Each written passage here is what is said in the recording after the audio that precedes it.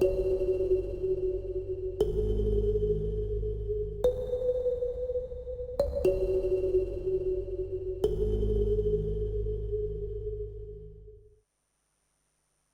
buenos días. Muchas gracias a todos y a todas por estar acá esta mañana. Bueno, como decía en la introducción, estamos en el marco de la semana de la COP25. Me parece muy bien que la facultad haya tomado este desafío y hay muchas cosas que están pasando. Y me pidieron esta charla que debería durar, ¿cuánto? ¿Una hora? Yo tiendo, hay algunos alumnos míos acá y saben que yo tiendo a perder el sentido del tiempo y el espacio, así que si son las 2 de la tarde me avisan, no, debería durar como una hora o algo así. Así que de todas maneras cualquier cosa me la hacen saber. Y han habido muchas charlas y muchos talleres en paralelo también muy interesantes, me pidieron una a mí, y me agarré de una frase que escuché más o menos en el 2012 de alguna ministra o algún subsecretario, que decía: las preguntas científicas del cambio climático están resueltas. Ahora es solo un problema técnico-económico. Y claro, yo soy climatólogo, así que básicamente me estaba dejando sin trabajo y por lo tanto esta charla básicamente es una reacción para mostrarles que efectivamente todavía, si bien es cierto la ciencia ha avanzado mucho, hay muchas cosas que todavía podemos y tenemos que investigar. Bueno, en general en el área de las ciencias climáticas, pero en particular el cambio climático, pese a que, como les decía, tenemos buenas proyecciones y podemos hacer cosas, todavía hay muchas interrogantes que tenemos que resolver. Y también vamos a resolver o a hablar un poquito de que el problema no solamente es técnico-económico, yo diría que es uno de los grandes problemas sociales a nivel global que experimentamos y por lo tanto va un poquito más allá de lo puramente técnico-económico. Así que, como les decía, el objetivo de esta presentación es mostrarles de que todavía tenemos trabajo los climatólogos. Y puse precisamente quiero hablar de la ciencia del cambio climático, modelos, millones y culebras. ¿Quiénes están acá por los modelos? Sé que algunos vinieron por los modelos, pero no sé si son los que las que estaban pensando. Vamos a hablar también de millones y la sorpresa es las culebras. Algunos habrán venido por saber qué significa esta famosa culebra. Entonces, bueno, yo siempre, el programa es más o menos ambicioso, pero como les digo, no se preocupen, no debería tomar más de una hora o algo así.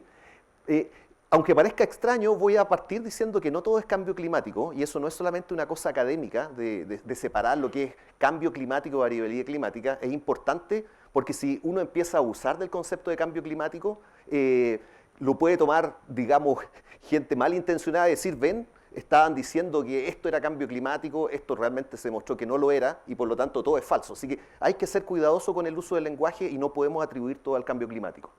Por supuesto que el clima ha cambiado y voy a dar evidencia tanto en el largo y en el corto plazo.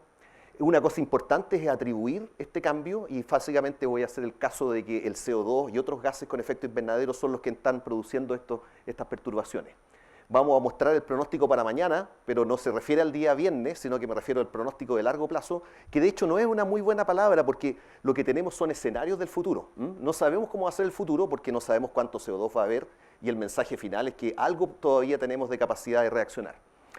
Esta es mi zona de confort porque yo soy climatólogo y trabajo con modelos, cosas numéricas, observaciones, pero igual si tenemos tiempo me gustaría salirme de mi zona de confort y hablar un poquito, y eso puede dar pie a la conversación que tenemos después de esta presentación, ¿cierto? Con algunos temas como si podemos salvar al oso polar, me refiero por supuesto a la humanidad, pero así encapsulada en ese oso que siempre muestran en las distintas alusiones al problema del cambio climático.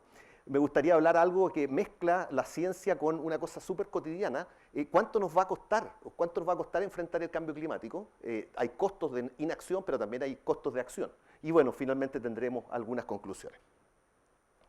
Entonces yo siempre cuando doy estas charlas, justo estábamos hablando con mis colegas acá, de que uno tiene que saber a quién le está hablando. Así que voy a hacer una encuesta flash de cambio climático y me gustaría que ustedes me dijeran si están de acuerdo con estas afirmaciones. Levanten sus manos los que piensan que el cambio climático es uno de los mayores problemas que enfrenta la humanidad en el siglo XXI. Oh, todos levantaron la mano, perfecto, casi 100%. Bueno, por ahí Jorge no la levantó, no, Jorge también la levantó. Así que estamos de acuerdo que es un gran problema para la humanidad. ¿Cómo nos va con esta?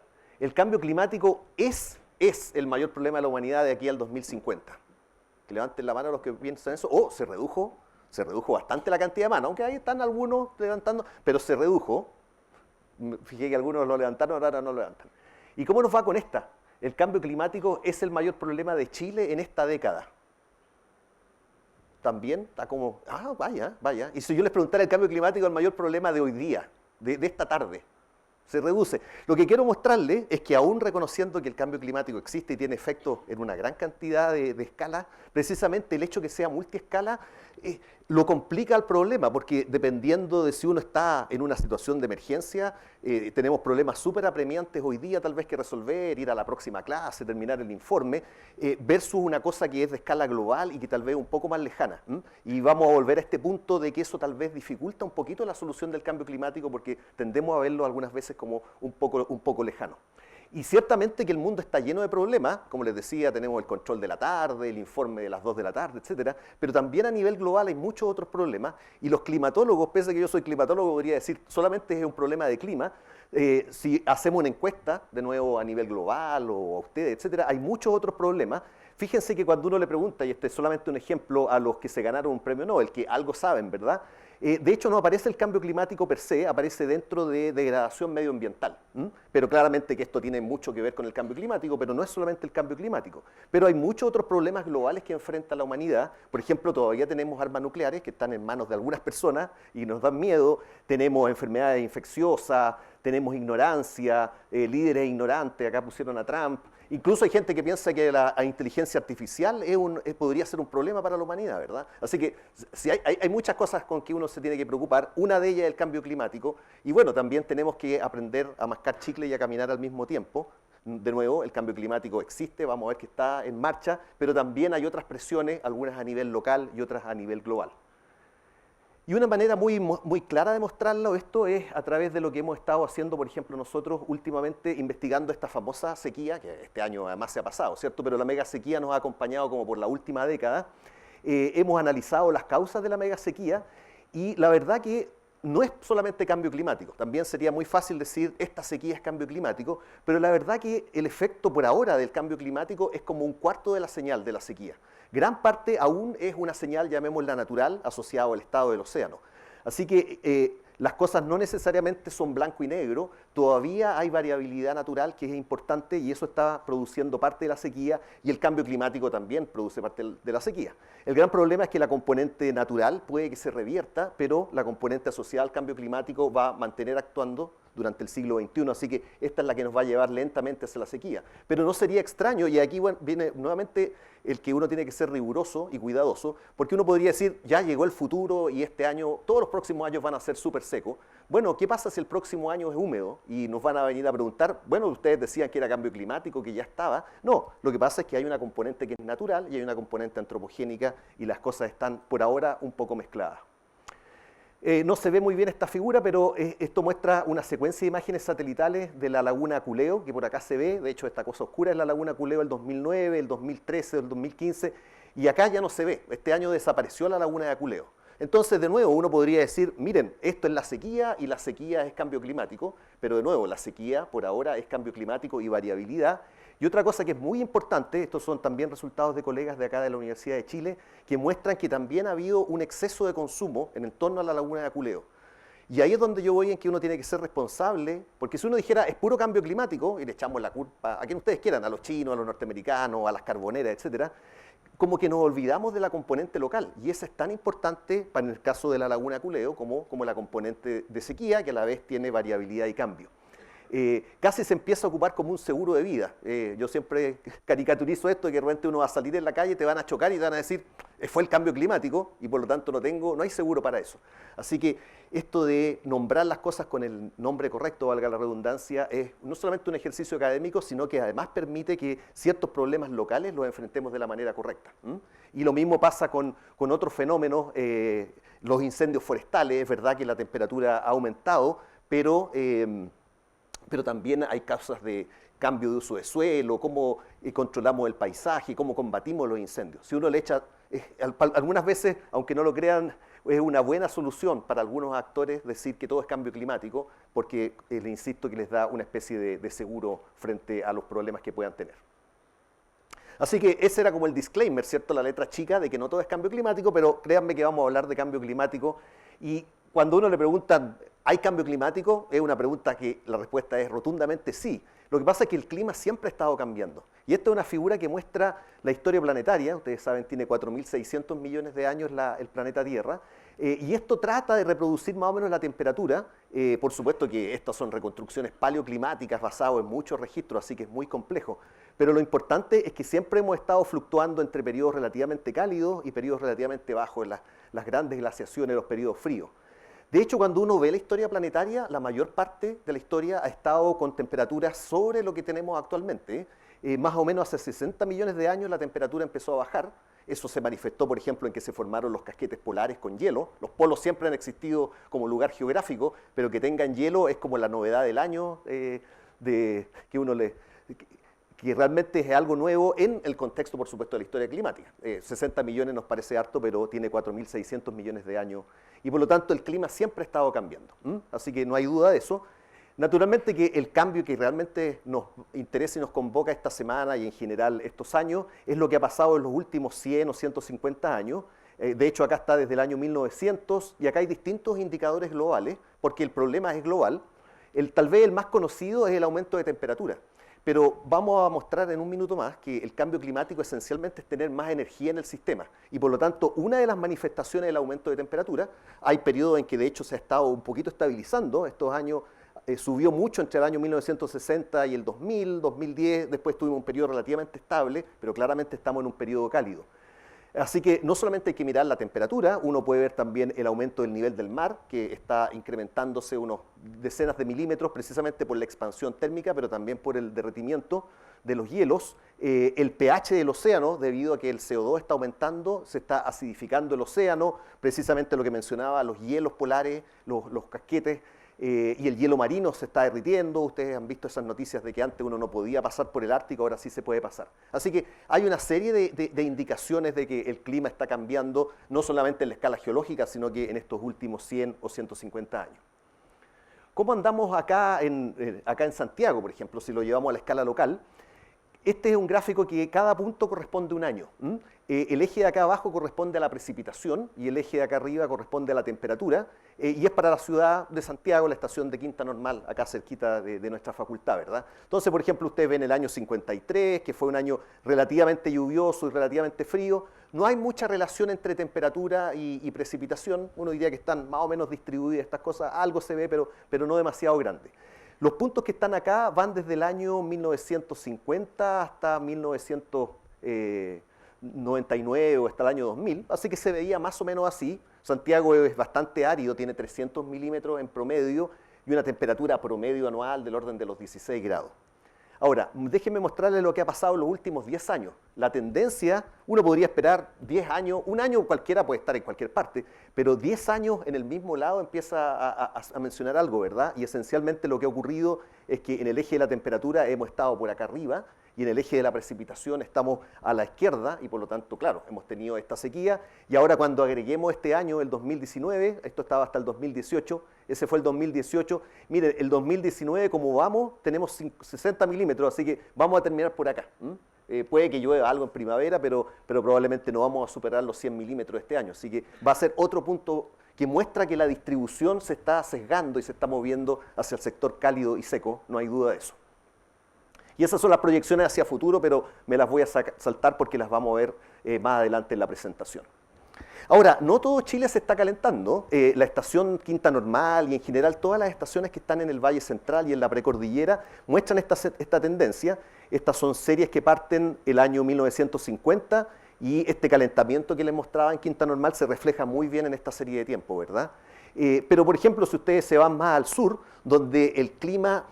De alguna manera nosotros estamos un poquito aislados del océano, porque la cordillera de la costa no es tan alta, pero igual impide de alguna manera de que entre tanta aire marino. Pero si ustedes se van a Valdivia, o a Puerto Montt, o a Concepción, o hacia el sur de Chile, el clima está mucho más determinado por el océano, que a la vez es más estable en cuanto a temperaturas, y ustedes ven cómo, si bien es cierto la temperatura ha aumentado, lo ha hecho una tasa menor de lo que pasa acá en Santiago, o en los Andes, o en Calama, donde la temperatura realmente va para arriba. Por otra parte, si ustedes se van a las estaciones costeras, y este es el caso de la estación Cerro Moreno en Antofagasta, ustedes ven que más bien la temperatura está disminuyendo. Y de nuevo, eso uno lo encuentra, es una sorpresa, no es inconsistente con lo que les voy a mostrar en un minuto más del cambio climático, porque en esencia lo que está ocurriendo es que está reforzándose nuestro querido anticiclón, y ese anticiclón, por una parte, nos produce la sequía, y por otra parte, aumenta los vientos del sur, que a la vez producen afloramiento de agua fría a lo largo de la costa y son las responsables de esta disminución de temperatura. Por otra parte, ustedes ven que de repente se pega estas subidas grandes. Estos son los famosos años del Niño en que se calienta la costa. Así que de nuevo, estos gráficos muestran que hay tendencia. No siempre la tendencia es la global, sino que está muy modificada por nuestra geografía y además también muestra que hay mucha variabilidad. Así que cuando tenemos un año muy cálido, tampoco uno puede decir ese año fue el cambio climático. El cambio climático es la tendencia. Cada año individual es la suma de una tendencia y una variabilidad que puede ser muy intensa. Y tal como uno no puede decir, este año muestra cómo el cambio climático está tan fuerte, tampoco nadie podría decir, desapareció el cambio climático con esto. Así que hay que tener cuidado con los extremos. Lo que realmente uno tiene que focalizarse para el cambio climático son en las tendencias de largo plazo, de más allá de 30 años. Recién ahí uno se empieza a tener cierta confianza en lo que puede calcular en forma estadística. La precipitación es más complicada, este gráfico se ve más complicado, pero aquí hay 4 o 5 estaciones de norte a sur, La Serena, Santiago, Chillán, Concepción y Puerto Montt. Están escaladas por su propia precipitación, así que por eso es que pareciera que Puerto Montt llueve menos, pero todas están referidos a su 100%. Y lo que muestra de que en La Serena el clima es extraordinariamente variable. Claro, porque como llueve menos, una tormenta más o una tormenta menos hace una gran diferencia en cuanto al porcentaje de precipitación. Aparte de que hay mucha variabilidad, acá realmente no se ve ninguna tendencia demasiado clara y en Santiago la tendencia recién empieza a manifestarse en estos últimos años debido a la famosa mega sequía. Así que la zona centro-norte, si bien es cierto uno muestra todos estos fenómenos de desertificación y son muy graves, la verdad que la señal del cambio climático, recuerden, cambio climático es tendencia, no es tan clara y uno diría que más bien es una montaña rusa. Algunos años, hace un par de años atrás tuvieron mucha precipitación en el norte, el desierto florido y todo eso, y este año han caído 12 milímetros en La Serena, así que es muy variable. En las estaciones donde se nota más la tendencia, me voy a fijar acá en Puerto Montt, de nuevo, debido a la escala del gráfico tal vez no se advierte tan bien, pero yo les diría que todos estos puntos que están acá en los años 70, 80 y 60 están por encima de su promedio y todos estos últimos años han estado ahí del promedio hacia abajo. Y por lo tanto, claro, uno va a Puerto Montt y la gente no le cree mucho porque todavía llueve bastante, pero es el lugar, Puerto Montt, Concepción, Valdivia, es el lugar donde la tendencia a la disminución de precipitación en forma estadística es más clara. Eso no quiere decir de que no tengan problema en el norte, porque cuando acá hay un déficit, básicamente no hay agua. Cuando acá hay un déficit, hay menos agua. Igual eso tiene impacto, por ejemplo, fenómenos que hemos visto de marea roja, en parte tienen que ver con disminución de agua llegando a los estuarios, así que incluso un poco menos de agua, en términos porcentuales, puede significar un gran impacto. La mega sequía, como les decía, ha sido un fenómeno que ha llamado mucho la atención, y estas son series, la precipitación, como les decía, es muy ruidosa, así que muchas veces uno lo que quiere ver es algo que integre a la precipitación, y esos precisamente son los embalses, ya sean naturales o artificiales, y acá hay algunos ejemplos. Por ejemplo, precisamente valga la redundancia, este es el embalse La Paloma en la cuarta región, desde el año 75, y ustedes ven que sube y baja, y durante la mega sequía se pegó esta gran bajada, después se recuperó precisamente porque en los años 2017 y el 2015 tuvieron grandes precipitaciones, ahora de nuevo va un poquito para la baja. Pero cuando ustedes ya ven acá Santiago, o por ejemplo, este es un pseudo embalse, porque realmente no es un embalse, pero es un pseudo embalse acá cerca de Concepción, ustedes ven cómo fluctúa un poco, pero empalidece cualquier fluctuación a lo que han experimentado en los últimos 10 años durante la mega sequía. Así que ese es un fenómeno muy importante y, insisto, está mezclado cambio climático con variabilidad y además está mezclado con presiones propias de nuestro sistema, de mayor extracción, tal vez mal uso del agua en ciertos casos, que es una cosa que ciertamente podemos intervenir. Por ahora yo he mostrado solamente lo que se observa. Esta agua, está buena esta agua, ¿no? Sí. ¿No es de Osorno? La trajeron. Una pausa porque ahora, esta evidencia ya más o menos, igual yo se la mostré, pero a lo mejor ustedes dicen, ¿para qué nos muestra la evidencia? Si ya la conocemos, pero yo siempre la muestro. La pregunta es de dónde viene este cambio climático y para eso tenemos que volver a una cosa que se llama el efecto invernadero y que también yo podría pasar un par de clases hablando del efecto invernadero. El efecto invernadero es bueno, lo que pasa es que está desprestigiado. El efecto invernadero es lo que nos permite que estemos acá porque en esencia lo que sucede es que la energía llega a la Tierra desde el Sol mayormente, la atmósfera es mayormente transparente a la radiación solar, se absorbe un poco y se refleja, pero básicamente atraviesa la atmósfera, así que lo que se calienta es la superficie. La superficie irradia hacia el espacio, en lo que le llamamos radiación de onda larga, pero ahí la atmósfera, que era transparente a la radiación solar, es altamente opaca a la radiación terrestre, y eso hace que se caliente la atmósfera y lo contrairradia, y eso es el efecto invernadero, porque en vez de tener una pura fuente de energía, tenemos dos fuentes de energía. Tenemos el Sol y la misma atmósfera que nos calienta y que también emite hacia arriba. ¿Por qué yo decía que el efecto invernadero es bueno? Porque si no existiera, bueno, la temperatura promedio de equilibrio planetario sería como unos 15 grados bajo cero, así que no estaríamos hablando de nada porque estaría todo el planeta bajo hielo y la vida no sería al menos como la conocemos. Es el efecto invernadero el que ha permitido la vida en este planeta. Pero claro, ahora lo estamos empujando un poquito fuera del rango que nos gusta. Otra cosa que me parece interesante del efecto invernadero es que lo produce algo pequeño. Nosotros hablamos del CO2, pero recuerden que la atmósfera terrestre es básicamente oxígeno y nitrógeno. Entre esos dos gases tenemos el 99%. El CO2 famoso debe ser como, aquí aparece, ni siquiera sé cómo se dice este número, 0,037%. Es un número muy pequeñito, al punto que uno no habla de porcentaje, habla de partes por millón, y yo les comentaba que estamos por ahí por las 400 partes por millón. Así que algo pequeño puede hacer algo grande. En este caso, una molécula que es muy infrecuente en la atmósfera puede hacer algo, y es porque a diferencia del oxígeno y nitrógeno, que son moléculas más simples, el oxígeno el CO2 y otras moléculas interactúan con la radiación porque tienen una serie de formas de vibrar. La molécula es más compleja y eso es precisamente lo que absorbe. Aquí aparece como que lo que absorbe es la nube. En realidad lo que absorbe no es la nube, es el CO2 y el vapor de agua. Y también un poquito el metano, bastante el metano y los óxidos nitrosos. Así que ese es el efecto invernadero. Estos son detalles técnicos de nuevo para mostrar de que gran parte de la energía solar que viene en el rango visible pasa a través de la atmósfera. A la radiación terrestre le cuesta mucho salir hacia el espacio y eso parte vuelve y eso es lo que produce el famoso efecto invernadero. Estos también son detalles de una clase que tengo que hacer, así que no se preocupen, pero también es más complejo, y volviendo a esto de que la ciencia no está completa, esa figura que les mostraba al principio es como la figura que uno le muestra en una charla de divulgación, pero hay muchos detalles, porque en realidad el sistema no funciona como lo mostraba la figura anterior, hay muchas transferencias internas dentro de la atmósfera y lo que finalmente termina emitiendo es la parte alta de la atmósfera, así que hay detalles que los conocemos y otros detalles que no los conocemos tan bien. Y por lo tanto, como les decía, la ciencia no está tan completa. Aunque lo que sí sabemos es que más CO2 en la atmósfera es más temperatura. Y eso lo muestra, por ejemplo, en los cálculos radiativos, lo muestra la evidencia geológica. Yo les mostré hace poco que la temperatura ha fluctuado, pero ha sido mayormente superior a lo que tenemos actualmente. Si uno le pregunta a un geólogo del pasado, diría, no, lo que estamos viviendo ahora es la etapa fría de la historia planetaria. Y eso es porque ahora estamos medio asombrados de que el CO2 pasó de 280 partes por millón a 400, pero hemos tenido periodos en que han habido 2.000, 4.000, 5.000 partes por millón. Así que más CO2 es más temperatura.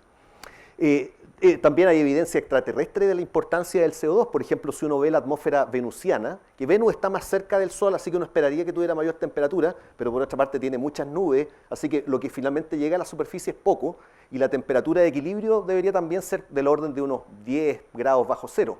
Sin embargo, la superficie de Venus tiene 530 grados. Esa diferencia entre la temperatura de equilibrio y la que realmente tiene es una medida del efecto invernadero, y eso es porque Venus sí que es distinta en su atmósfera. Fíjense que casi el 90% o el 95% es CO2, así que nuevamente la evidencia de que el CO2 controla la temperatura de los planetas y de nuestro planeta está en todas partes, en Venus, en nuestros climas pasados y en nuestra atmósfera actual. Y de hecho lo que estamos haciendo ahora en estos últimos 100 años es precisamente pasar desde el nivel que se llama preindustrial, que acá parte en 1750, pero que se mantuvo más o menos por los últimos cientos de miles de años, bastante estable en los 280, precisamente por los problemas, o no los problemas, sino que por la industrialización y también por la expansión de la agricultura ha ido subiendo y hoy día estamos en unos 412 partes por millón. Y lo mismo ha pasado con el metano y otros gases que también son de estos que interactúan con la radiación y que tienen este efecto invernadero. Así que cuando yo les mostraba esos síntomas globales de aumento de temperatura a nivel del mar, uno podría decir, mira, se parece esta curva, el CO2 también va subiendo. Ahora, los científicos, ¿cierto?, somos bien exigentes y que dos cosas suban no quiere decir una relación causa-efecto, así que tenemos que avanzar un poco más allá. Y esencialmente uno dice, para colocarle números a esto, dice, a ver, ¿qué pasaría si se duplicara el CO2? Si pasáramos de los 280, ¿cuánto es el doble, profesor José Amaya? 560, ¿verdad? Usted me corrige si estoy en lo incorrecto. Si pasáramos de 280 a 560, la parte radiativa debería dar como 1,2 grados más. Ahora, si ustedes piensan 1,2 grados, han escuchado todo este debate que hay ahora, que no superemos superar los 1,5, uno diría, estamos bien, pues si lo duplicamos y todavía estamos en 412, o sea, nos falta llegar a los 560, se ve como seguro, pero esta es una parte del problema, este es el problema radiativo, y yo le puse fácil, entre comillas, pero tampoco es tan fácil, es cómo interactúa la radiación con el CO2. Pero una vez que yo caliento un poco el planeta, por ejemplo, se evapora más agua de los océanos y eso hace aumentar el vapor de agua y eso es otro efecto invernadero o refuerza el efecto invernadero, así que ese es un feedback positivo. Por otra parte, tener más agua tal vez signifique tener más nubes, las nubes reflejan radiación y ese sería un feedback negativo, así que está lleno de feedback positivo y negativo y esta realmente es la parte donde los científicos estamos súper motivados porque cada día uno se imagina nuevos tipos de feedback o descubre nuevos tipos de feedback o trata de analizar nuevos tipos de feedback. Como les decía, algunos positivos, otros negativos. El consenso actual es que todos estos feedback agregan 1,25 adicional y por lo tanto duplicar el CO2 nos lleva del orden de 2,5, 3 grados. Y ese sí que es un nivel peligroso para muchas cosas, para muchas sociedades y ecosistemas. Y por lo tanto el problema no es simple, sino que es complejo. Es tan complejo que la verdad que uno no anda imaginándose feedback, así me levanto en la mañana y digo, encontré un feedback, como les decía, sino que realmente uno trata de simular la atmósfera y que los modelos nos informen respecto a los feedback. Y para eso también, solamente para impresionarlos, nosotros tenemos nuestras ecuaciones, las ecuaciones de momentum, de energía, etcétera. Son ecuaciones súper complicadas y por lo tanto tampoco uno las puede resolver así a mano. Yo por lo menos no las podría hacer. Y ocupamos modelos computacionales de la atmósfera, para eso dividimos la atmósfera en pedacitos, y eso ya es un pecado, porque al dividir algo, los procesos que ocurren en el interior de esa caja no los puedo calcular explícitamente, y entra lo que se denominan parametrizaciones, en los cuales yo tengo que suponer, hacer ciertas suposiciones y aparecen parámetros. Así que estos modelos son complejos, tienen muchas ecuaciones y variables, tienen muchos parámetros, algunos son súper bien conocidos, por ejemplo la aceleración de gravedad, todos estamos de acuerdo que es 9,8 metros por segundo cuadrado, pero hay otros procesos, por ejemplo, cuánto exactamente absorbe la molécula de metano frente a la longitud de onda de 100 micrómetros, ahí no es que tampoco uno coloque un número al azar, sino que tiene que hacer experimentos y están estos parámetros involucrados. Algunos por eso decía que están débilmente acotados y ahí hay mucho trabajo por hacer todavía para los científicos en cuanto a tener mejores estimaciones, ya son buenas, pero siempre se pueden mejorar un poquito estos modelos que se llaman GCM porque se llaman Global Circulation Models. Los modelos han ido progresando también desde las primeras, estos son modelos, no es que uno diga hoy día en la mañana voy a escribir un modelo, lo voy a programar en mi computador, cuando digo llevamos, me refiero a la comunidad científica, unos 40 años haciendo estos modelos, inicialmente eran muy crudos, eran muy gruesos también porque no había tanto poder computacional y solamente involucraban a la atmósfera. A medida que fue pasando el tiempo, ya fuimos involucrando procesos en la superficie, el océano, y ustedes ven que actualmente hay muchas cosas, hay módulos que tienen que ver con los aerosoles, que son también partículas que reflejan radiación, así que hay un desarrollo permanente. En general los resultados han sido consistentes, siempre más CO2 en más temperatura, y en general las cosas se parecen a las que teníamos en los años 70 y 80, pero el grado de detalle además que podemos ver en estas simulaciones es mucho mejor, y eso también hace de que la comunidad siga trabajando en el desarrollo de estos modelos. Por ejemplo, ustedes tal vez han escuchado de que con el aumento de temperatura también se puede empezar a derretir parte del permafrost, ¿cierto? Y eso puede liberar metano. Esos procesos no están todavía bien medidos y menos involucrados, menos puestos en los modelos, y por lo tanto es un área de desarrollo. Así que uno dice, ya tengo la figura media clara, pero siempre hay procesos que se pueden ir quedando atrás, y la verdad que mientras no lo tengamos todo, y probablemente nunca lo vamos a tener, los modelos nunca van a ser perfectos. Así que hay que tener cierta precaución con los modelos, pero en general hacen la pega y un ejercicio importante que uno puede hacer es que uno puede decir, recuerden que la pregunta es, ¿cuánto aumenta la temperatura si yo coloco más CO2? En general uno sabe que aumenta, pero uno quiere saber cuánto aumenta y quiere ir más allá de esta cosa de la atmósfera extraterrestre o el pasado, quiere tener una cosa más cuantificada de lo que ha pasado en el último siglo. Entonces yo puedo tomar mi modelo y en vez de colocarle lo que realmente ocurrió con el CO2 de que ha subido desde 280 a 400, yo podría decir, mira, el problema del cambio climático no es el CO2, son las erupciones volcánicas, que también involucran más CO2, pero pequeños cambios en la radiación que nos llega del Sol, y voy a mantener más o menos constante mi CO2, en realidad incluso admitiendo estas variaciones producto del volcanismo. Si yo le paso esa información al modelo, voy a obtener una respuesta, por ejemplo, a la temperatura promedio planetaria, que se ve más o menos así, y yo la comparo con la observación, y la verdad que no logro ver el aumento de temperatura. Por otra parte, yo al mismo modelo le puedo ingresar lo que realmente se ha observado, que es la mezcla de una componente natural, pero fundamentalmente antropogénica, debido a las emisiones de gases con efecto invernadero, se lo paso al modelo y obtengo esta simulación, y ahora la comparo con lo que realmente observa, y esta es la pistola humeante de que la actividad antropogénica es la que ha causado gran parte de este aumento durante los últimos 150 años. Si bien es cierto, toda la otra evidencia ayuda, esta es lo que es, como les decía, la figura triunfante de la comunidad científica, de que con las puras variaciones naturales yo no logro reproducir lo que pasó en los últimos 150 años. Tengo que colocar la historia completa en términos de CO2, que involucra pequeñas fluctuaciones naturales, pero fundamentalmente las emisiones antropogénicas, y se parece bastante a lo que observamos en la realidad. Así que, además, esta figura muestra que los modelos hacen bien el trabajo.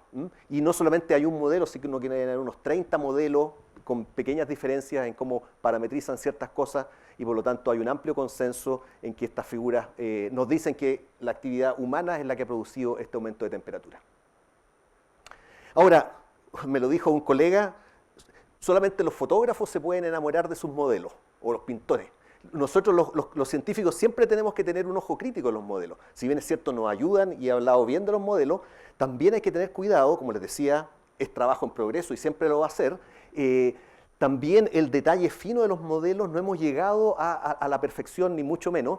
Esta figura es compleja, pero ¿se acuerdan que yo les contaba de que la costa se ha estado enfriando? Este es el eje de cambio de temperatura en la costa, y este es el eje de cambio de temperatura en la cordillera. Entonces, Chile básicamente se ha estado enfriando en la costa y calentando en la montaña.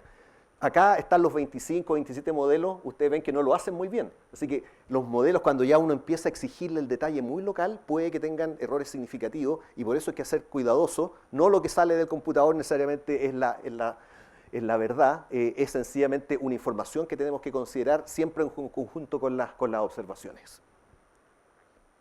La otra, no problema... Sí, lo voy a colocar como desafío grande de la comunidad científica, con todos los modelos y con todas las observaciones que tenemos, es esta pregunta que les mencionaba previamente, es ¿qué pasa si yo duplico el CO2? Entonces, más o menos uno dice, si yo lo duplico de 280 a 560, debería aumentar 3 grados, y eso es lo que se denomina sensibilidad climática. ¿Cuánto aumenta la temperatura promedio frente a una duplicación del CO2? Entonces, ahí está nuestro 3 grados, pero si yo coloco todos los modelos y todas las observaciones, fíjense que hay estimaciones que son tan bajas como 1,5 grados, lo cual es una sensibilidad, quiere decir que el sistema es poco sensible, pero también podría ser tan alto como 10 grados. Y eso tiene implicancias gigantescas en términos de cómo planificamos nuestro futuro. Porque si realmente estamos equivocados y no eran 3 y eran 10, la verdad que rápidamente el sistema se va a calentar y estamos medio fritos. Pero por otra parte, si fuera 1,2, la verdad que podríamos esperar un poco más de tiempo. Todas las estimaciones se hacen en base a 3 grados, pero ahí es donde los científicos todavía tenemos que... Esto, claro, no es un orden de magnitud, o tal vez anda por ahí, pero tenemos que acotar este rango de sensibilidad climática y entregar esa información a los tomadores de decisiones y a la gente que hace proyecciones. Por ahora, nuestra mejor respuesta es 3 grados, pero es 3 grados más menos 1 por lo menos. Así que esa es otra cosa que hay que tener en consideración. Así que son buenos los modelos, pero tampoco son perfectos. Y de hecho, hubo un gran problema, una gran controversia con los modelos. Uno quiere ver el futuro, ¿cierto? Pero se pregunta, bueno, ¿pero cómo lo hacen en el pasado? Entonces uno puede preguntarse, por ejemplo, ¿cómo era este pasado bien tibio, hace unos 50, 60 millones de años atrás, en que la temperatura era probablemente 10 grados sobre lo actual? Era un mundo un poquito distinto porque, bueno, todavía la geografía era distinta, India había en camino a chocar con Eurasia, estaba abierto todavía el Centroamérica, recién se había despegado Sudamérica de Antártica, en fin, y era un mundo más cálido. Por ejemplo, era evidente porque hemos encontrado helecho y palmera y cocodrilo acá en la Antártida, no sé si cocodrilos, pero algo así. Así que uno lo ve, esta es una representación de ese clima más cálido. Miren, este es un corte que va del polo norte al polo sur. Este es el clima actual, entonces este es como un promedio de temperatura. Y claro, es muy frío en los polos, en el clima presente, es bastante tibio y cálido en el Ecuador y también baja hacia la Antártida, ¿verdad?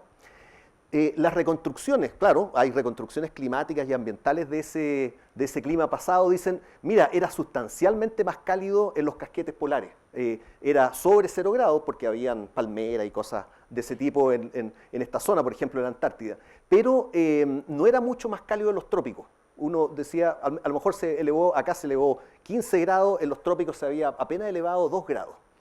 Bueno, si uno tomaba los mismos modelos que ocupamos para el futuro y le colocaba los cambios de CO2, le colocaba 2.000, 3.000 partes por millón y también le cambiaba la geografía, esta era la respuesta que da, estas son las respuestas que todavía dan los modelos, que anda bastante bien con las reconstrucciones paleoclimáticas en las zonas altas, pero anda muy mal en los trópicos porque básicamente era como que toda la temperatura se hubiera elevado y la evidencia era que no se había elevado, por eso se hablaba de un termostato tropical en las zonas de las latitudes bajas.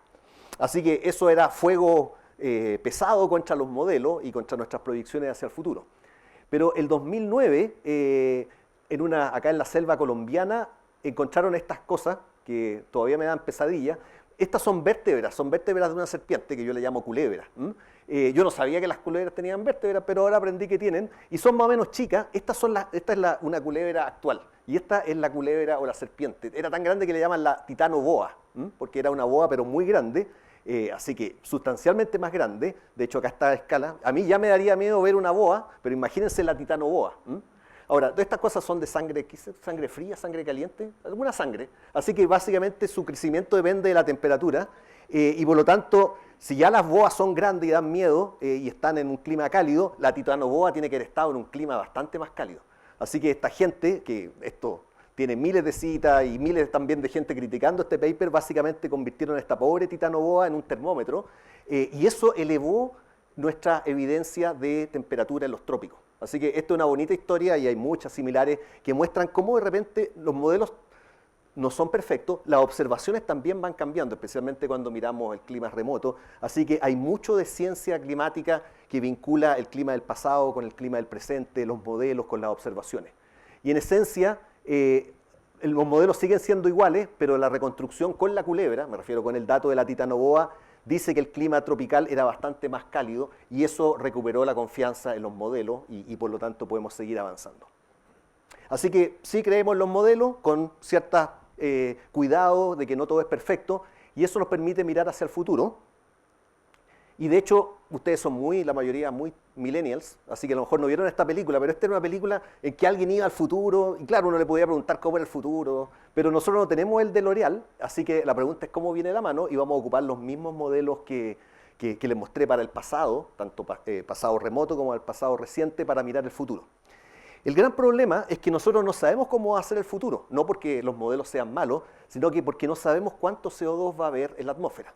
Y eso a la vez también es una luz de esperanza, porque si supiéramos cuánto es, ahí sí que sería un pronóstico. El punto es que no sabemos cuánto es, así que le preguntamos a gente muy inteligente que no son climatólogos cómo va a ser el futuro. Y la gente proyecta cómo se va a desarrollar la sociedad, y hay muchas formas en que se puede desarrollar. Eso se traduce en emisiones de CO2, y eso se traduce en concentraciones, y ahí recién lo pasamos por nuestros modelos GCM y obtenemos una respuesta climática. Entonces hay escenarios muy negativos desde el punto de vista de emisiones. Actualmente estamos emitiendo unas 7 gigatoneladas de carbono por año. Entonces esta dice, mira, la población va a crecer y van a crecer las emisiones y vamos a terminar con unos 25 o 30 gigatoneladas por año. Y eso, por supuesto, nos llevaría de nuestros 400 partes por millón a tener unas 1000 partes por millón, lo cual es bastante. Y eso, disculpen, acá la escala de colores cambió. Este escenario que se llama 8.5 se transforma en el naranjito acá y ese es el que lleva la temperatura que ya subió como 0,8 grados a 4 o 5 grados. Hay incertidumbre, pero ya van a ver que esa incertidumbre empalidece con la incertidumbre asociada a los escenarios. Porque si por otra parte, en vez de movernos por el 8.5, que es bastante malo en términos de emisiones, nos moviéramos por este escenario que se llama 2.6, en el cual las emisiones aumentan, pero después rápidamente comienzan a disminuir, llegamos a esto que estamos tratando de lograr, ¿verdad? Y de hecho se trata toda esta COP y este compromiso que estamos tratando de adquirir, en que volvemos a ser carbono neutral el 2040 o el 2050 o 2060. Las concentraciones aumentarían un poco más, tal vez 420, 430 partes por millón, pero después bajarían. Eso no quiere decir de que la temperatura vaya a bajar. Este escenario verde acá se transforma en el azul o algo así, y eso implica que las temperaturas van a seguir subiendo, pero se van a mantener dentro de un rango de 1,5 grados, que es más o menos lo que nos gustaría tener, por razones que voy a explicar más adelante. Aquí ustedes pueden ver de que efectivamente cada modelo y cada escenario tiene incertidumbre, pero lo más importante es que la señal, la diferencia entre los escenarios es muy fuerte. Así que en base a estos resultados de modelos climáticos, sabemos que es mejor irse por este escenario que irse por este. Mejor en el sentido de que la temperatura aumenta menos. Voy a tratar de evitar ocupar la palabra mejor o peor porque me he dado cuenta que es muy subjetiva. Así que realmente lo que ocurre es que si emitimos menos, la temperatura sube menos. Ese es el mensaje, y si emitimos más, la temperatura sube más. Por supuesto que no solamente uno mira la temperatura promedio planetaria, los modelos calculan todas las cosas en todas partes del mundo, y por ejemplo esto nos muestra cómo sería, insisto, el condicional, el futuro, bajo el escenario el 8.5, o sea, 1000 partes por millón, hacia fines de siglo. Así que hay dos cosas que tienen que estar acá en rojo. Uno es, esto es un escenario, y además estamos mirando fines de siglo, y se ve bastante mal, en el sentido bastante rojo, en el sentido que tenemos aumento promedio del planeta de 5 grados, pero ustedes ven que hay lugares que se calientan 5, 6, 10 grados. Hay lugares que se calientan relativamente poco, el océano siempre va a tener un poco más de inercia térmica, así que no hay tanto calentamiento acá, pero igual es del orden de 1 o 2 grados.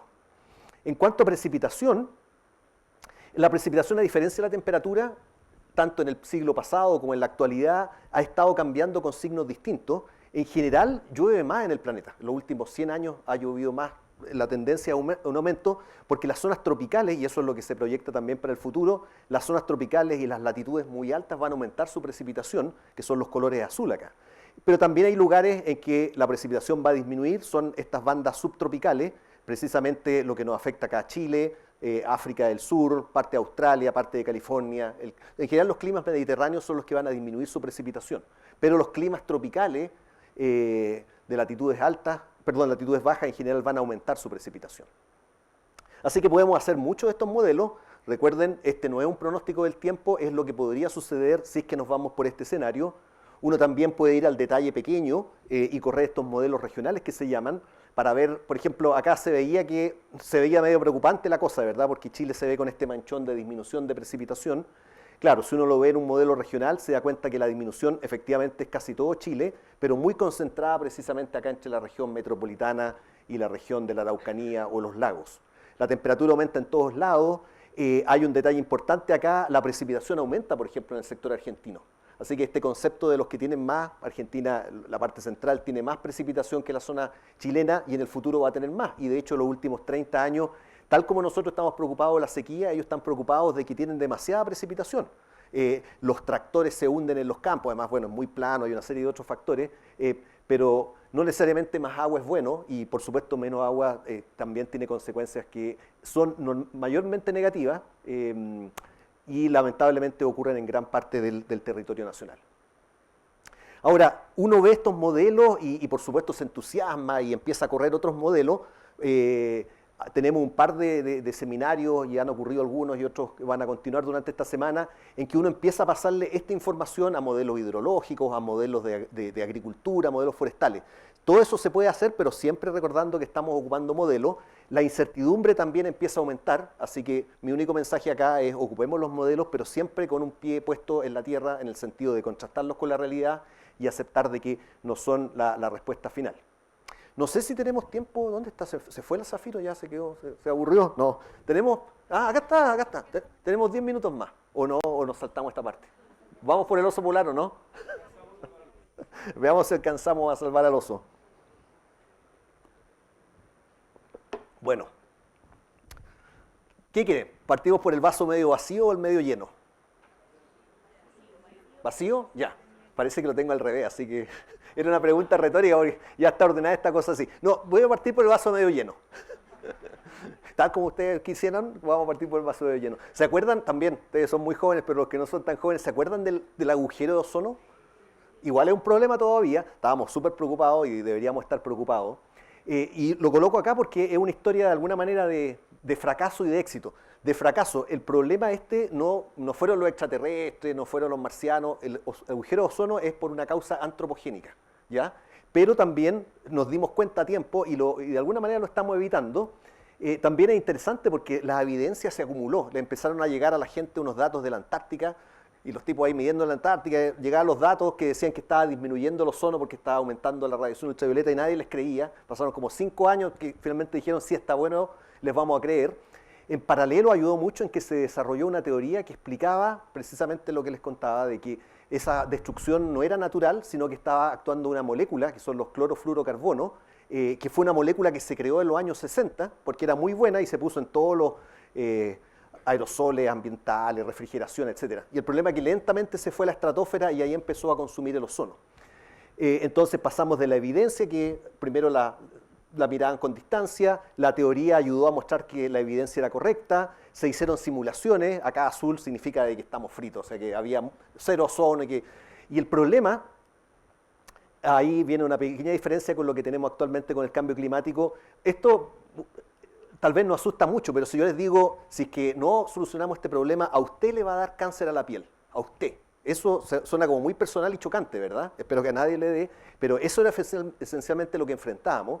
Y bueno, efectivamente la gente, los países reaccionaron, ya se firmaron, estos son 30 años de que se firmó el protocolo de Montreal en que se prohibieron estos gases y hubo que sustituirlo y finalmente el ozono se está recuperando lentamente con altas y bajas, pero se está recuperando.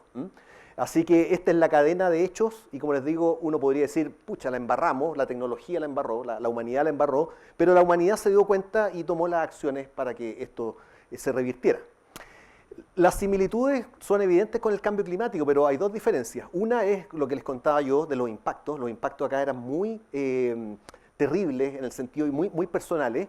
Y ya voy a mostrar los impactos cuando uno ve temperatura y precipitación. Bueno, se imagina algunos, pero voy a ser un poco más explícito. Pero la otra gran diferencia es que la industria que estaba detrás de esto era la industria de los CFC, que no es tan grande como la industria que está detrás de los combustibles fósiles, ¿verdad? Así que hay una diferencia de tamaño ahí que es importante. A diferencia de lo que pasa con el ozono, que es, a usted le va a dar cáncer, lo cual es muy terrible, estos son los posibles efectos previstos de aumentos de temperatura de 1 o 2 grados. Y claro, esto de hecho es tan terrible como el cáncer, pero suena como más lejano. Acá vuelvo a la primera láminas de la encuesta, ¿verdad? Porque claro, las pueden empezar algunas plantaciones a tener problemas, los ecosistemas se estresan y eventualmente desaparecen, los arrecifes de coral, yo no conozco ningún arrecife de coral. Entonces, claro, son cosas terribles, pero que se ven medias lejanas, a diferencia del cáncer a la piel. Así que estos problemas son igual de graves y de escala global, pero son más indirectos para la mayoría de las personas, y eso yo creo que tal vez los científicos y la comunidad no lo ha representado demasiado bien como para que la gente realmente se movilice en torno a esta causa, excepto lo que está empezando a ocurrir ahora. Así que hay una diferencia con el ozono en términos de los impactos. Estos son impactos globales y tal vez un poco más lejanos versus el ozono que era muy local y muy personal. Una manera de tal vez de hacer más claro este impacto es, son distintos escenarios de aumento de temperatura global y estos son lo que nos pasaría en Chile. Y yo esta figura la muestro porque de nuevo, cuando uno le dicen el mundo se va a calentar en 4 grados, ¿cuál será el mundo? Me pregunto yo. Es el promedio global, ¿verdad? Pero a la gente no le hace tanto sentido. Pero, por ejemplo, si no tomáramos ninguna acción, el mundo se calentaría como 3 grados y la zona central se secaría del orden del 30%. O sea, estaríamos viviendo en esta permanente sequía que estamos viviendo en estos últimos años. Por otra parte, si limitamos el calentamiento al 1,5 grados, 2 grados, todavía habría secamiento, pero probablemente sería del orden del 10% o algo así. Imagínense que este es el sueldo de ustedes. Si les dicen que les van a reducir en 10%, igual es terrible, pero 30% es aún más terrible, ¿verdad? Así que, de alguna manera, tenemos que conectar la escala global con la escala local, si no es muy difícil que las personas actúen. Y una de las maneras de conectarlo ha sido precisamente a través de esta sequía, diciendo que la sequía no es el cambio climático, es parte del cambio climático. Yo la veo como una sinopsis de lo que podría ocurrir si es que no tomamos medidas, y ese es el mensaje que me gustaría pasar. Las buenas noticias, estamos todavía en el vaso medio lleno, ¿cierto? Es que Finalmente la gente se empezó a movilizar por esto, acá, no sé, todos aparecen con las manos arriba, eso significa cosas buenas. Acordamos a limitar el calentamiento a 2 grados. La verdad que no lo acordamos, pero esa era como la intención del protocolo o del Acuerdo de París, porque si uno suma todas las contribuciones llegamos como a 3 grados, pero ya partimos por eso.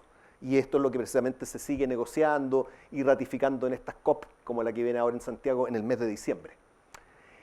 ¿De dónde saldrán estos 2 grados? Entre paréntesis, bueno, ustedes vieron que hay una serie de efectos, pero también hay efectos con 1 grado, con 3 grados, con 4 grados. La realidad es que parte de esos 2 grados salen de esto. Uno esencialmente tiene una curva de costos que es, a ver, si no hacemos nada, entre más se calienta el planeta, más costos van a haber en términos de consecuencias de pérdida de producción agraria, desplazamiento de personas, etc. Así que la curva azul es la curva de los costos de no hacer nada. La curva roja, por otra parte, si yo dijera voy a limitar a 5 grados, eso significa que no voy a hacer nada y por lo tanto el costo es casi cero. Si yo digo voy a limitar a 1 grado, el costo es bien alto porque tengo que hacerlo rápido y tengo que cambiar una serie de cosas y las vamos a mostrar de hecho cuáles son. Por lo tanto, el costo total es la suma de estos dos, y 2 grados de nuevo, ese acuerdo con las manos arriba era buena onda, pero también en parte era un montón de teoría económica que además está basada en la sensibilidad climática de 3 grados.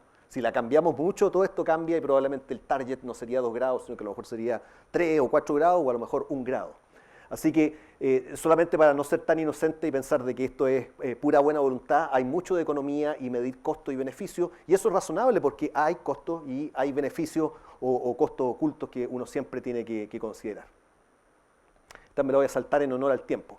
Como les decía, el vaso es el vaso medio lleno, ahora voy al vaso tal como está. Primero que nada, el Acuerdo de París realmente no limita a 2 grados, si uno suma todos los compromisos, llegaríamos como a los 3,2 grados, lo cual es 1 grado más que 2, por supuesto, y nos deja en un rango más que probablemente no quisiéramos estar, porque está por encima de ese target de los 2 grados del mínimo de costo. De hecho, mostraron lo que todos los países se comprometieron, y de hecho nosotros, Chile, aparecía como no muy bien comprometido. Nuestros compromisos no eran muy altos, pero todavía en el rango de las buenas noticias, la misma agencia que nos calificó de mal, por acá sacó hace poco diciendo que Chile había mejorado mucho. Y eso no fue porque nos pusimos súper verdes del día a la mañana, sino que básicamente hemos estado introduciendo energía solar, y eso lo hemos estado introduciendo de nuevo, no por necesariamente buena onda, aunque podría haber algo de buena onda, pero también fíjense cómo ha bajado el costo de generar energía eléctrica, el costo por watt desde los años 70 hasta ahora. Esto es una escala logarítmica, así que ahora es mucho más barato, y por lo tanto también la economía misma está haciendo que se tomen ciertas acciones más allá de los acuerdos políticos que ciertamente son importantes. Pero ahora vienen las otras noticias, ahora viene el vaso medio vacío. Bueno, en primer lugar, todavía es temprano, pero me refiero a no temprano, de hecho es retarde, temprano para ver cómo le va al Acuerdo de París.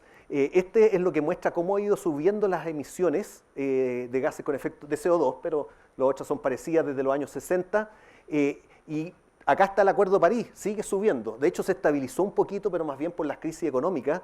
Fíjense que cada vez que hay una crisis económica como la de los años 70, o la crisis asiática, la crisis subprime, de repente hay un bajón y rápidamente se recupera. Así que el futuro todavía es incierto. Yo no diría que hemos llegado así al máximo de la curva. ¿Quién lo podría saber? Eso es motivo de mucha especulación aún. La otra noticia que uno también tiene que estar claro en eso es que, si bien es cierto el costo de la energía solar y en general de toda la energía renovable ha ido bajando, y eso ha hecho que se incremente exponencialmente. Acá está la hidráulica, de la nuclear nadie quiere hablar, pero igual es una cierta fracción. Pero fíjense en la escala de las cosas. Estos son las emisiones globales de acuerdo a la fuente. Si bien es cierto, y esto a nivel global, no sé cómo será en Chile en particular, pero a nivel global todavía la matriz energética está muy controlada por el gas. El carbón como que empezó a bajar y el petróleo sigue para arriba. Así que esto es para que no seamos inocentes y pensemos de que porque vemos de repente unos paneles solares, el problema está resuelto. Todavía el problema es formidable, pero es tratable. Así que este es el vaso medio vacío. Ahora, uno podría tener la esperanza que tal vez se va a acabar esto, ¿cierto? Se va a acabar el gas y el carbón, pero si uno no quisiera superar los 2 grados, debería quemar esta cantidad de carbono en unidades gigatoneladas de carbón.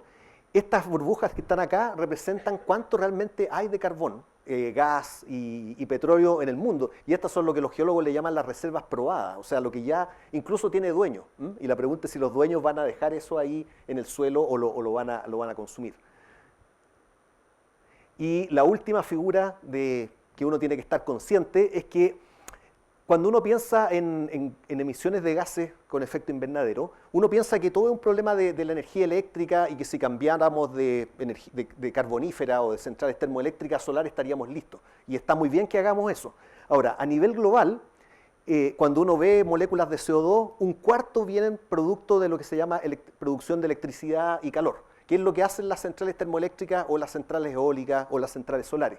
Así que si nosotros sustituyéramos todas nuestras carboneras por energía solar, probablemente sacaríamos pero ese es un cuarto. Fíjense que hay un cuarto importante que viene de prácticas agrícolas, hay un 14% que viene de transporte, y este es el transporte pesado, no se refiere al transporte de los city car y me compro un auto eléctrico, estoy bien. Gran parte del transporte son en estos grandes barcos y todavía no existen barcos solares, ¿cierto? Barcos grandes, por supuesto que hay veleros chicos, viene la Greta en el barco y toda la cosa, pero me refiero, si uno quiere, ¿quién tiene celular? ¿Quién trajo un celular? ¿Acá? Todos tienen celular. ¿Cómo llegó el celular? Porque mis alumnos me hablan de que tengo que dejar de comer carne y toda la cosa, pero todos tenemos celular, los celulares llegaron en barco, los barcos consumen carbono. Así que es re fácil criticarme a mí que todos los días me como un asado, pero todo influye. Claro, acá está mi cuarto, pero también el transporte influye. De nuevo, aviones. ¿Alguien ha viajado últimamente en avión? ¿Alguien se atrevería a viajar en un avión solar de aquí a, digamos, Sao Paulo? No, pues uno viaja en avión, si la cuestión son cuántas toneladas hay que levantar, eso consume mucha energía. Y la industria, si yo quiero fundir acero, si quiero hacer cemento, no es que yo me conecte a la electricidad y caliente mi hornito eléctrico, no, yo necesito generar energía in situ y eso se hace con carbón, gas y petróleo. Entonces hay mucha tecnología que tenemos que desarrollar. Esta yo diría que es la parte simple, pero hay mucha tecnología que todavía en esta facultad y en otras facultades y en general tenemos que pensar. Y por lo tanto, yo sé que parece esta última parte como el vaso medio vacío, pero insisto de que el problema es tratable. Esta es mi figura final. Ciertamente de que el cambio climático es un gran problema, tiene un origen global pero diferenciado, tiene impactos también globales diferenciados, es científicamente tratable y tiene impactos cuantificables y eso abre la puerta a que efectivamente lo podamos combatir o tratar de avanzar en esto. Así que sencillamente quería decir de que esa frase que les mostré al principio uno le debería sustituir como que la ciencia del cambio climático ha avanzado, pero no está completa, así que los que quieran estudiar climatología, por acá tengo unas tarjetas y unos folletos, así que hay mucho que hacer y por otra parte tampoco es pura tecnología. La tecnología nos va a ayudar un montón, pero es un gran problema social, porque también hay hábitos, hay una serie de cosas multigeneracional y además de escala global, ¿verdad? Así que espero que se vayan con un sabor medio amargo, porque eso nos va a mover a la acción, pero no demasiado amargo, porque si no nos inmovilizaríamos. Así que les agradezco nuevamente su atención y esa es la presentación. Muchas gracias.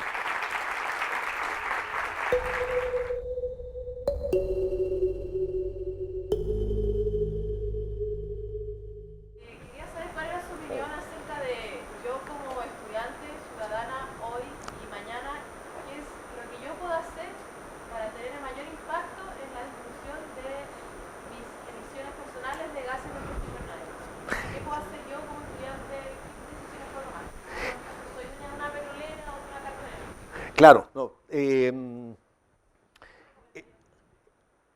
Yo últimamente no hago ninguna recomendación, pero me cuesta hacer recomendaciones. A ver, hemos tenido un gran debate y es súper interesante. Yo lo que haría, mira, voy a ser súper sincero,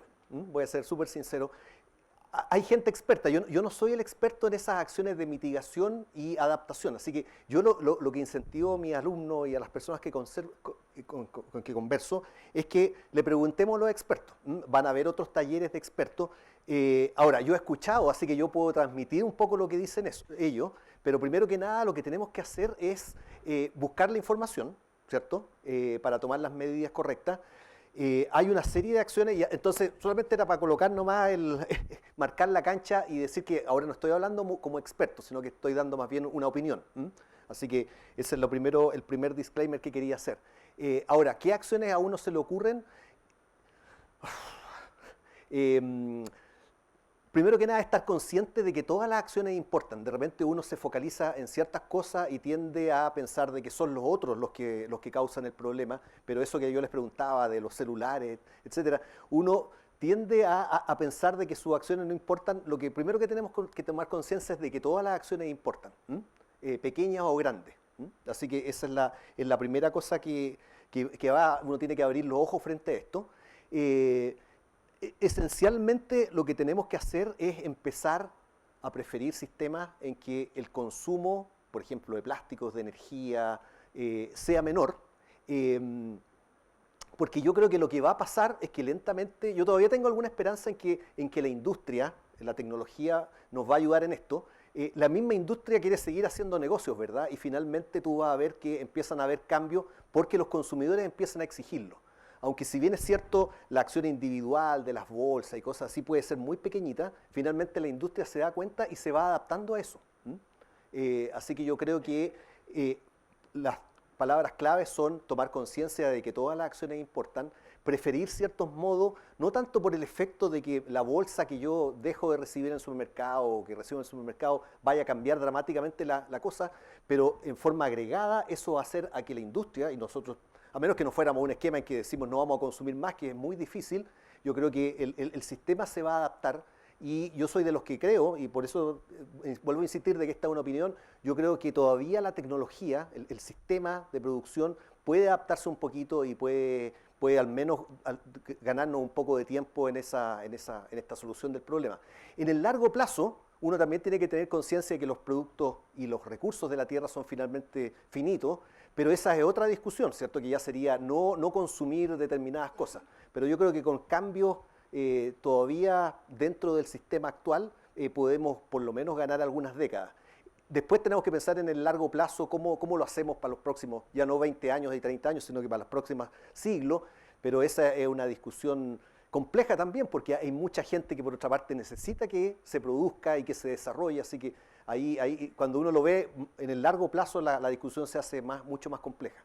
En el corto plazo yo creo que hay que tomar conciencia de que todas las acciones importan, hay que escuchar a los expertos de verdad, porque hay mucho, por eso es que yo trato de mantener un poquito al margen de esto, si no uno se transforma en opinólogo, y ahí yo insisto que tal vez lo que tenemos que ir al taller de sustentabilidad más que un climatólogo te dé la respuesta. René, felicitaciones y gracias por Katherine. Tu presentación. Tengo dos preguntas. Una tiene que ver con el fenómeno de la mega sequía, que le pregunté muy a la pasada a Roberto Rondanelli el otro día. Si tú nos puedes contar un poco más de las causas naturales de la mega sequía y en el fondo sabemos que el futuro es incierto, pero ¿qué se espera o qué crees tú como experto, Roberto, o ustedes, de qué va a pasar con la mega sequía el próximo año? ¿Alguna idea de algo un poco enfocado a lo que hablaron en el diario? Claro. Y la segunda que tiene que ver con los modelos climáticos y el efecto local en Chile. Algo tú mostraste muy rápido en la zona sur, o sea, en el fondo ya existen estos modelos, ¿cierto?, en el mundo, pero ¿qué va a pasar en la zona central, en la zona sur, en la zona norte de Chile? Si tienen ustedes modelos más localizados y también en el sentido qué tan parecido o no, o qué modelos podemos nosotros usar a nivel local de Chile para tener alguna idea de cómo se relacionan estos modelos con los locales. Gracias. Perfecto. Bueno, voy a dar una respuesta pequeña porque después podemos seguir conversando, pero la primera pregunta que tú me hacías respecto a la mega sequía, bueno, efectivamente, me acuerdo precisamente el momento, estábamos en Concepción el 2013 y empezamos a olfatear de que algo estaba pasando en el grupo del CR2 y con otros colegas, porque Chile siempre ha tenido sequía y ha tenido sequías muy potentes como la del 68, el 98, el 88, así que la zona central vive de sequía, pero siempre eran como de un año y después, o 2 años tal vez, y después teníamos un año húmedo. Ya en el 2013 llevamos 4 años de sequía, no demasiado intensa, y después, bueno, el 2015 sacamos ese informe y la cosa es que nos quedamos cortos porque ha continuado. Así que el fenómeno es extraño por su prolongación. Excepto por este año, el déficit ha sido del orden del 25-30%, así que no es tan grande como lo que estamos viendo este año o lo que tuvimos en esa sequía histórica, pero uno dice hay algo extraño en el sistema porque es muy raro tener 10 años de sequía en este caso.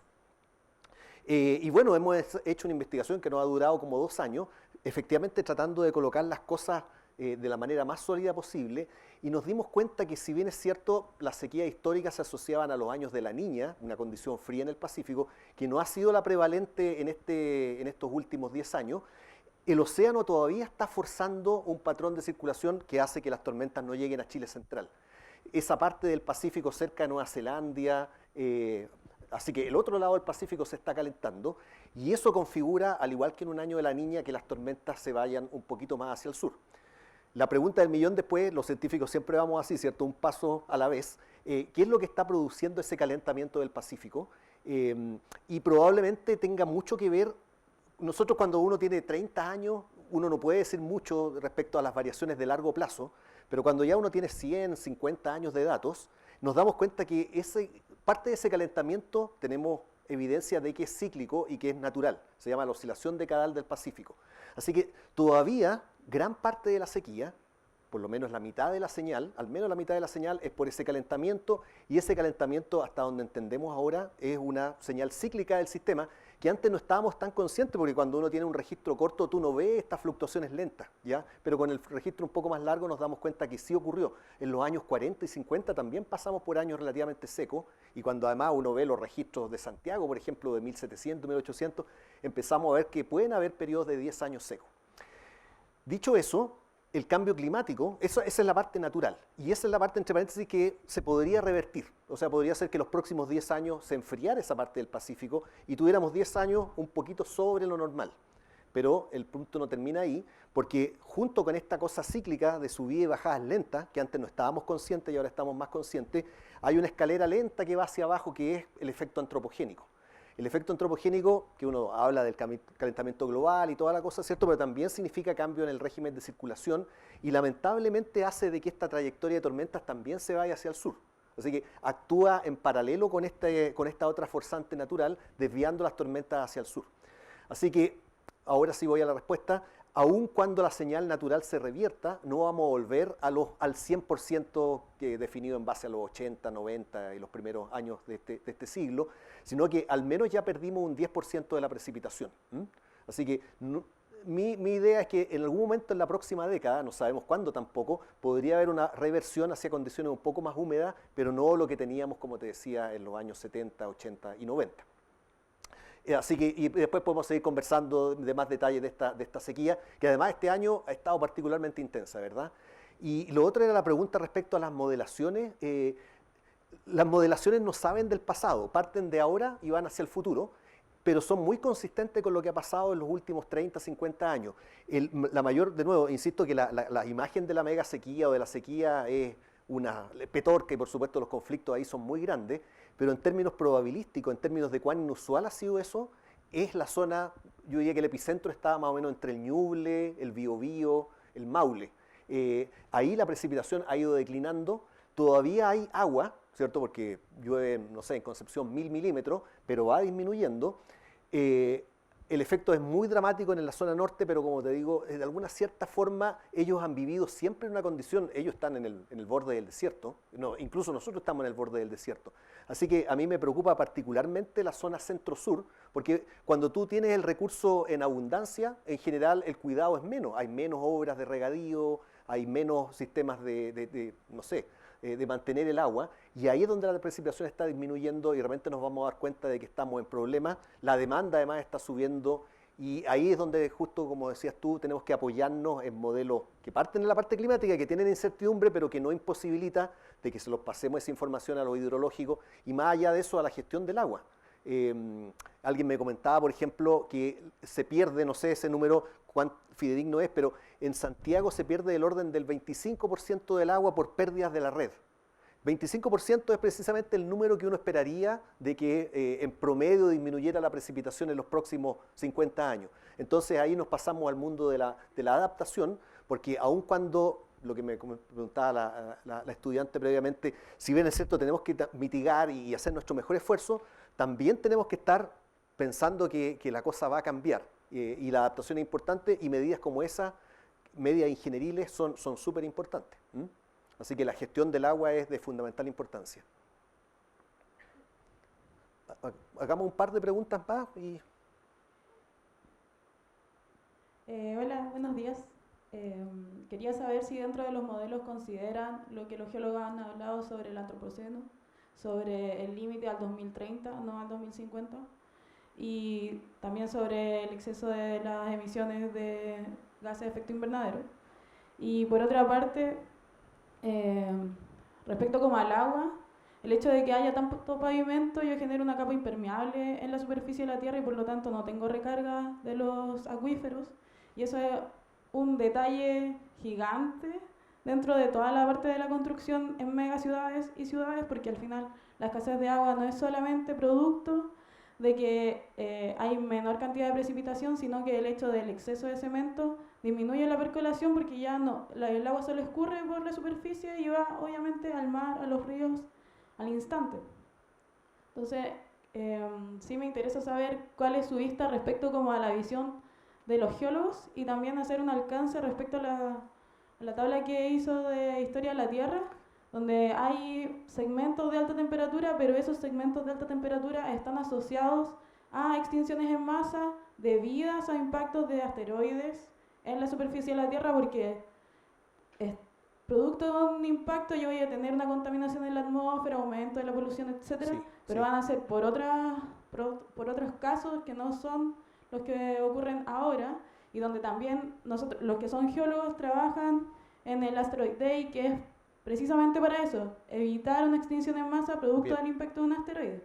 Entonces, comparar el calentamiento de ahora con los calentamientos de los dinosaurios o del carbonífero son completamente diferentes. Ya, de nuevo, en honor al tiempo voy a responder súper cortito, pero después podemos seguir conversando. Hay muchas cosas que decías tú. Yo solamente quería rescatar más bien ideas de las que tú mencionaste. Yo creo que el registro geológico nos ayuda mucho precisamente a colocar en contexto esto. Muestra esto de que efectivamente, pese a todos los cambios, el sistema se ha mantenido dentro de un rango de habitabilidad. Las mayores extinciones, de hecho, han ocurrido más bien en los periodos fríos, más que en los periodos cálidos. Y de alguna manera muestra, como te digo, este contexto. Sobre él tenemos que actuar. Ahora, efectivamente el antropoceno, todavía los geólogos están debatiendo si existe o no existe, pero lo importante es que nosotros estamos alterando sustancialmente la composición de la atmósfera y eso se traduce en el efecto invernadero. Así que me parece bien el nombre, en el sentido de que encapsula lo que está pasando. No sé si geológicamente todavía vamos a encontrar la veta ahí o el sedimento que lo vaya a acusar. Probablemente sí, pero para eso habrá que esperar un poco más de tiempo. Así que los geólogos nos dan el contexto y siempre es bueno mirar al pasado. Además, siempre es bueno chequear si nuestros modelos logran reproducir eso. No es solamente mirar el pasado y contemplarlo por la alegría que nos da, sino que nos da la clave para siempre estar verificando los modelos. Y finalmente, respecto a tu pregunta de esto de impermeabilización, claro, son cosas muy locales que pueden afectar a nivel local.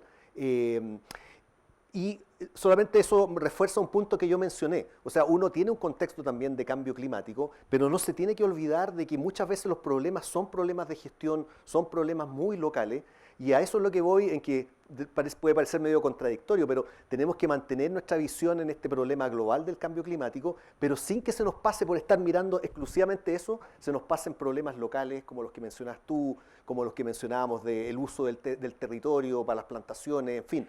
Así que ojo con mantener, y me parece muy bien que abramos nuestro ojo al cambio climático global, pero sin perder esta componente local, porque hay problemas muy agudos y son sobre los cuales podemos actuar de manera muy, muy, muy directa. ¿Había otra pregunta por allá? Hola. Quería saber cuál era como la relación que existe entre el desarrollo de modelos que ustedes tienen actualmente, esta mirada de cambio climático global y también local. ¿Cuál es el traspaso que existe hacia la gestión propiamente tal en específico los recursos hídricos?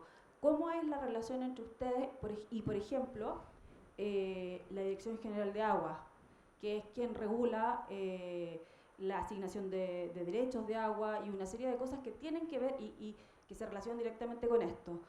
La gestión sabemos que es muy importante a escala local. ¿Qué relación tienen actualmente y cómo se proyecta eso en el futuro? Tenemos una relación cada vez mejor. Si esta charla lo hubiéramos dado hace 20 años, no se hablaba del tema, y yo creo que yo he visto el progreso de cómo nos estamos relacionando, y yo diría que es positivo, y cada vez nos relacionamos mejor, y hay traspaso de información de ellos hacia nosotros, de nosotros hacia ellos. Dicho eso, yo creo que la clave, por otra parte, cuando lo voy a sacar de la Dirección General de Agua, lo voy a colocar en cualquier agencia de cualquier gobierno de cualquier país, ¿ya? Yo creo que la clave, si nosotros queremos que las cosas cambien, es focalizarse en las vulnerabilidades actuales y cómo ellas se van a exacerbar con el cambio climático, volviendo también a este tema de la cosa local versus global. Uno no tiene que esperar, por eso es que el lenguaje es importante, porque si uno lo plantea como estos problemas de los 100 años en el futuro, nosotros tenemos déficit hídrico en gran parte del territorio, ya sea porque falta agua, porque no se ocupa de manera correcta. Entonces nosotros el mensaje que le pasamos y que yo trato de pasar es, ustedes tienen que hacer una pega, ustedes los gobiernos lo juzgan por los próximos 4 o 5 años y claramente que ellos van a estar en esa cosa. Ahora, cuando uno piensa en que tiene que hacer una solución nueva, un embalse nuevo, es ahí el momento en que esas soluciones hay que agregarle esta componente del cambio climático y tratar de adaptarnos a ello, pero yo entiendo que las agendas políticas en general están súper limitadas por los 4 o 8 años que va a durar el gobierno en distintos lugares del mundo. Pero nosotros podemos sacar provecho de eso, como te digo, no es que el cambio climático vaya a ocurrir en 50 o 100 años más, está ocurriendo y lo que hay que focalizarse para las medidas de adaptación son en las vulnerabilidades actuales y colocarle este relato del cambio climático para que las soluciones que le encontremos a las vulnerabilidades actuales sean resistentes al futuro. El ejemplo que te voy a dar es el siguiente, por ejemplo, yo diría, mira, el problema del agua se resuelve con, tal vez, yo no soy experto en eso, pero en determinado lugar se resuelve con hacer un pozo. ¿Ya? Esa no es una solución resistente al cambio climático porque en el largo plazo el pozo también se va a secar. Entonces, lo importante es que de la cartera de opciones para el político o el economista o quien sea no va a resolver el problema de los próximos 100 años, va a resolver el problema del agua actual, de la comunidad que hoy día le está exigiendo agua. Y lo que nosotros tenemos que hacer ver es que las soluciones, hay muchas soluciones para ese problema, las soluciones que se opten sean por una parte económicamente viables, socialmente aceptadas, pero que además sean resistentes al cambio climático. Yo creo que ese es el punto esencial de adaptación y eso es lo que estamos conversando con distintas agencias. Hagan lo que tienen que hacer, resuelvan los problemas de ahora, si es lo que le están pidiendo, pero esas soluciones que tengan una mirada hacia el futuro, porque si no va a durar 10 años la solución y después el pozo se va a secar. Así que por ahí va un poco la cosa. Y yo creo que ese mensaje ellos lo entienden y lo estamos trabajando. Tampoco yo te diría que la cosa es perfecta, porque ciertamente toma tiempo, pero yo diría que la derivada, la tendencia es positiva en esa relación.